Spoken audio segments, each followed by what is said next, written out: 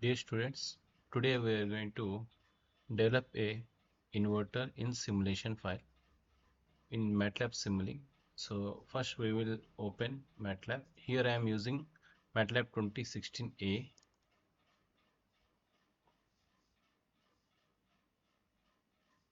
So the MATLAB window is going to open, and now you type here power lib.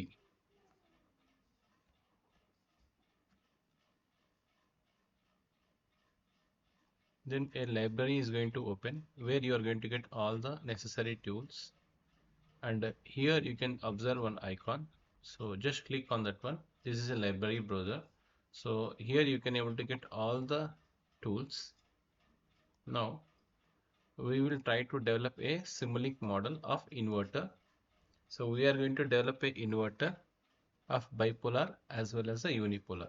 Okay, so this is a, so here you can able to click, and we are going to click it. We are going to open a blank model. Okay, this is our blank model. So as you can able to observe here, a lot of tools are there. Okay, so if you go here, then you can able to take a any sources. Currently I am developing inverter, so I am going to take a DC source. Okay, so just click on it.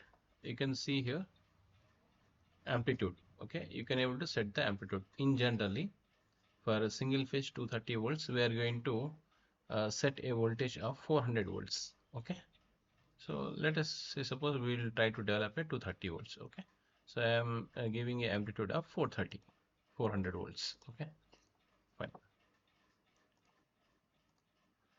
So another way is here we can able to type. Okay, fine. Now we need power switches. Okay, so here you can able to see the power switches. Currently I'm using 2060 version. If you are going for the upgraded versions, directly you can type here actually. Okay, suppose here IGBT is there, I can able to type here IGBT. Okay, directly I can type IGBT. Okay, however this is a lower version, you cannot get you don't have that feature, so I am taking it manually.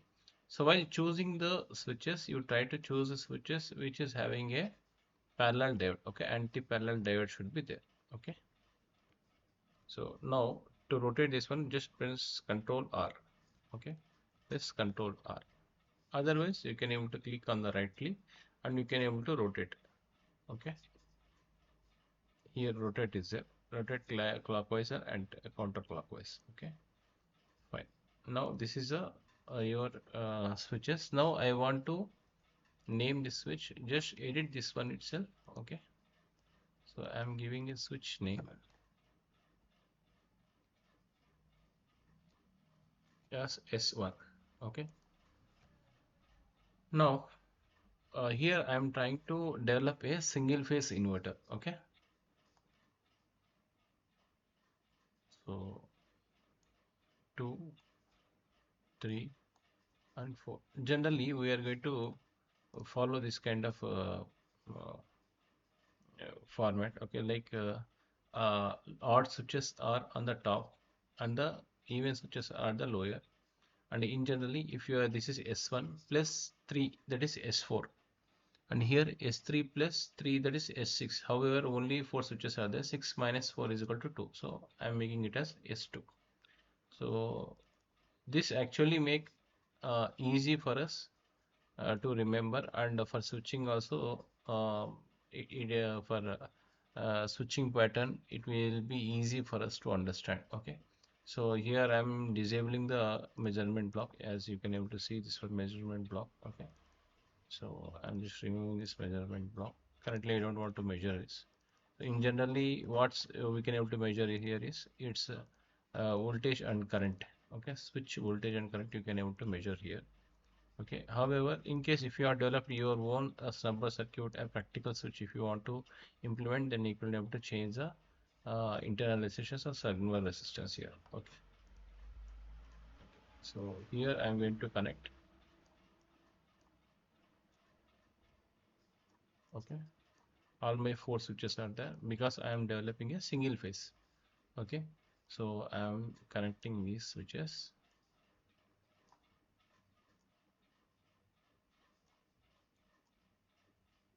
It's over, and now I need to connect the load. Okay, so I need to connect the load. So I will take from here. Here two things will be there. RLC circuit. One is branch circuit. Another one is load. Load means here we'll take it both of them. Okay. This is a load one and this is a branch one. Here in the load you will be getting actually what is a nominal voltage, frequency, then active power, inductive power, like that. Okay. So generally now we will not take this load. We will take only resistance 10 ohms like this. Okay. In type of ohms, inductance, then you can able to choose this R, this branch. No, sir, I want to implement as a active power, reactive power like that. Then you can able to choose the load one. Okay. Now I will be connecting it to the our load. Okay. To our load. Generally, it is a like this structure. You might have seen in your textbooks like this kind of structure, right? This kind of structure you might have seen in your textbooks. This is your inverter. Whenever S1 and S2 is going to conduct, then power will flow from here, from DC source to S1 and then towards the load and then S2 and then next path is this one. This is a path, one path.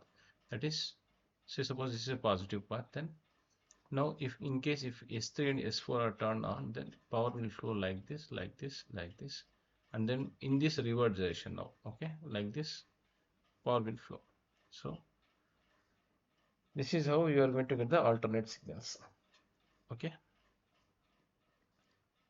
fine. Now I will take a measurement block. Okay, voltage block. So here measurements are there. I will take the measurement. Okay, I want to measure the voltage. So I will be taking the measurement block here as positive, and here I will take it as a negative. Okay, now I need to check my results, right? Okay, I need to check my results. So what I will do,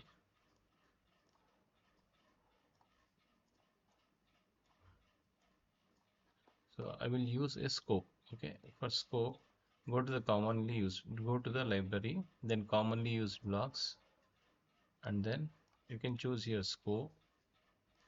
Just drag and drop. Okay, and give the connection. That's it. This is the over. Now we need to give some signals, right? So switches will not turn on itself. Okay, it has to be given some signal. Okay, for this one, I am giving some signal routing. Okay, direct also you can able to give, but it will be very complicated later on. So that's why I'm giving as signals. Okay, enter this one. Here you can see I will let G1. Okay, instead of going to confuse. See here you can say go to source. Okay, actually it is a from source. We have not yet given any go to source, so that's why it is showing none. Okay, it is showing none. Don't worry, we will give it later on. Okay, first name them. See, whatever the switches is there, same you can able to give. Okay, this S1 means G1. This is S3 means you can able to give this as a G3.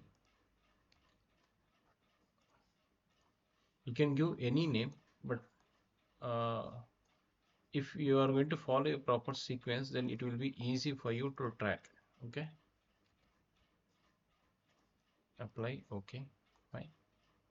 So these are my signals. However, I have not generated any signals till now. Okay, just I have given a routing. Only I have given a routing. Now I want to generate the signal. So our intention is to implement the PWM model, right? Our intention is to implement the PWM model. That is sinusoidal pulse width modulation. For sinusoidal pulse width modulation, in theory class, we have observed that we need a sine signal. Okay, so go to the library. Here you can see the sources.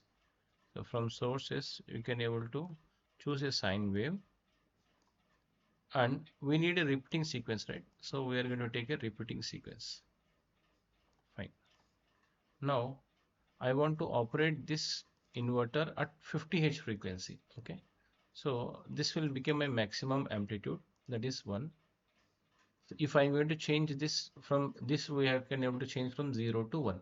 Okay, if I'm going to change this value, then my output voltage is going to change. Here frequency, here you can observe it is it has been given that you have to give in radians per second. That is nothing but 2 pi f. Okay, 2 into, here you can directly write pi. Pi, it will itself it will take as a pi value. Okay, so inbuilt parameter we can say. Okay, so pi into f. Currently I want to operate at 50 Hz frequency. Okay, so I will write 50. Now sampling time, I want to operate at sampling time of 10 into e power minus 6. Okay, so then apply. Okay, now this is our sine wave. Now this is a repeating sequence. See, here we are trying to generate a rectangle signal. Okay, rectangle, sorry, triangle signal. So in triangle signal we are going to take 0.25. See, in generally if you are going to take a triangle, say suppose here you can take, here you can able to observe, here you can able to observe there are 5 positions are there, 1 2 3. Okay, so here is also another one, so 1 2 3 4 5. Okay, if I am taking this as 0, then from here to here it is total time period, then this is a half, then this is quarter, right? So here 0, this is 25%, 50%, 75%, and 100%. Okay, so like that here also 0, 25%, then 0 0.5, 0 0.75, then 1. Okay, so what is the relation between frequency and time? F is equal to 1 by t, right? Similarly, if t is equal to, then if you want to set the time, then it should be 1 by f. Okay, so this is 1 by f. Say suppose I want to, repeating sequence is going to deal with the switching frequencies. Switching frequency, if I want to maintain 5000, then mention here 5000. That is nothing but your t is equal to 1 by f. Okay, this is will be your time period. Fine. So now here again you can observe. So here what is the value? At 0 it is 0. At 0.25 its value is 1.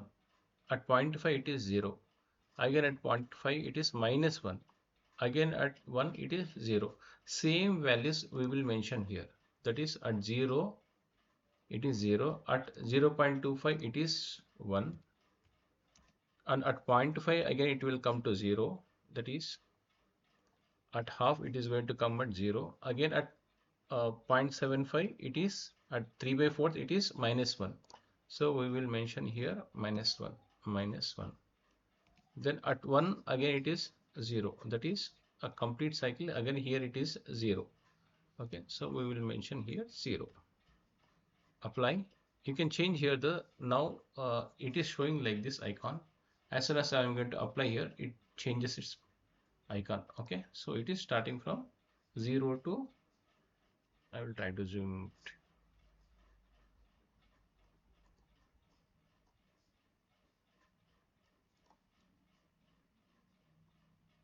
Okay, so you can check here.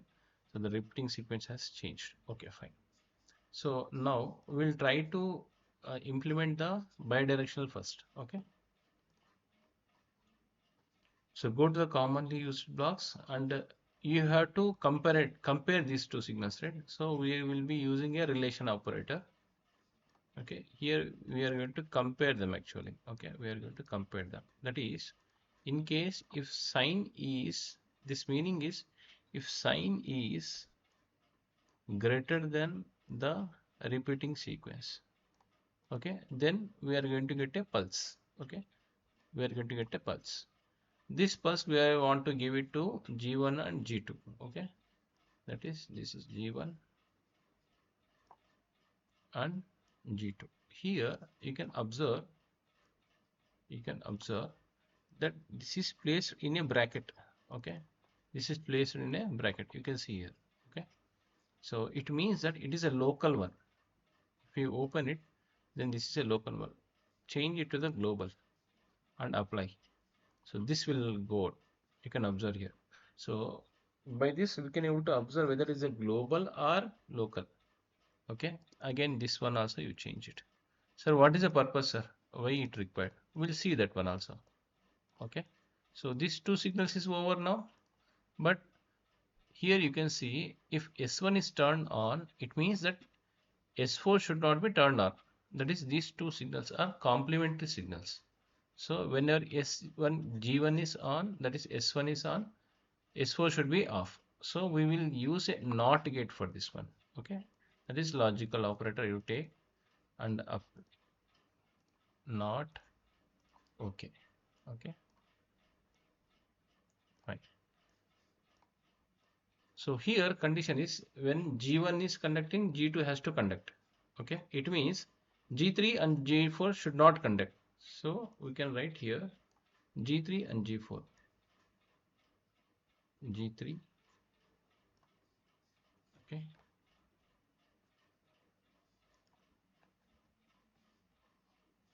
And this is G4. Okay. So now I am not changing this to as global. Okay. Let's see what is going to happen. Fine. So my logic is over now. Okay. Now I want to set the time. How much time I want to run it. So you can make whatever the time you want. I am currently making it as 1 second. 1 second is sufficient for me to observe the results. Okay. So now I am trying to run it. Okay. I am trying to run it. See, I got a error. So what is this error? So currently I have not given any title now. So it is not recognizing the DC voltage source. You can see here error in untitled DC voltage source. Okay, initialization commands cannot be evaluated because I have not used a power GUI till now. Okay, the diagram must contain a power GUI. Otherwise, it will not recognize the source. Okay, now I am using a power GUI. Okay. So here it is in continuous mode. I want to make it as a discontinuous mode, discrete mode with a sampling time of 10. Okay, remember the same sampling time has been given here also. Okay, in sinusoidal also we have given the same sampling time. Better you try to maintain the sampling time same. Okay. Okay, now I am trying to run it. Now you can see I didn't get any errors, right? I didn't get any errors. Now you can check here. So I got the output voltage. So now let me zoom it. Okay. So I will try to check it for the one cycle, only one cycle. Okay. That is, we have maintained a 50 Hz, right? So our time period is 0.02. Okay. Frequency is 50 now. So time period will be T by 1 by 50. That is nothing but your 20 milliseconds. Okay. Here you can observe, that here it is more positive. Okay. After half cycle, that is 0.01. So here negative will be more than the positive. Here positive is first cycle, positive is more than the negative cycle. After 0.01 second, negative will be more than the positive. So like this at the end it will form. Okay, like this sinusoidal one it is going to form. Resultant one. Okay. So this is about the bipolar. Here you can observe here 400 positive is there, 400 negative is also there. Okay. So two poles are forming. That is nothing but bipolar. Okay. How did we obtain this bipolar? By comparing sine with a rectangular wave. This is what we have discussed. Okay. This is what we have discussed. That is a sine signal is compared with the rectangular one, triangular one. That is a modulating signal is compared with the carrier signal, and then we are going to get the different pulses. So this is how we have got it. Okay. Now, in case, sir, I want to change the output voltage, sir, then you can change the output voltage by changing the amplitude. 0.5. Apply. Okay. Okay. Your output will change. You can do this with by THD analysis. Okay, you can do a THD analysis here. Okay, that is your homework. Okay, already you know how to do the THD analysis. That I will show you how to do it. Then you can able to repeat it. Okay, go to the settings, log in, log data to workspace. Okay, this is my V out. Okay, V out. Okay, so now again you have to run it so that the data may go into the data will store. So now I want to do the FFT analysis. So for this one, first I have saved the data in the workspace. Okay, after doing this in workspace, now you are going to call that by clicking on the Power Library, go to the tools, go to the FFT analysis, and you can able to see here you have to give the name which your signal you want to uh, find the THD. Then this is the input signal. Since you have only one signal is there, we can able to take one. Then here your starting time. You can give any starting time. I want to give a 0.1. Number of cycles. At least you can give a 5 cycles. Okay. What is the fundamental frequency you have maintained? That is 50 Hz, right? So make it 50 Hz. So how much frequency you want to maintain? Say suppose I want to measure up to 10,000. Okay. Then display. Okay. This is our THD analysis. Okay, this is our fundamental, that is 205.5. Okay, close. Now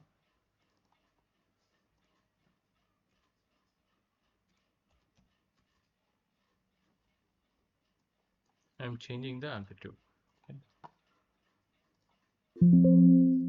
Sometimes we may not observe this one because of high switching frequency. Okay, so we'll try to figure it out. So earlier it was 205. Okay, now it can see, you can observe here 383.8. Okay, sir, what is it 383.8? This is the maximum value. Okay, this is the maximum value. That is Vmax. If I want RMS value, then you have to divide this with root 2. That is, take a calcium. Okay, if I want to measure the RMS value, then 383.8 divided by 1.414. So here you are going to get that this is your actual RMS value, 271. Okay, our target was to 230 voltage, right? So we can further reduce this 400 to 300 in case if you want exact value. Okay, so we are getting the near about value 271. Fine.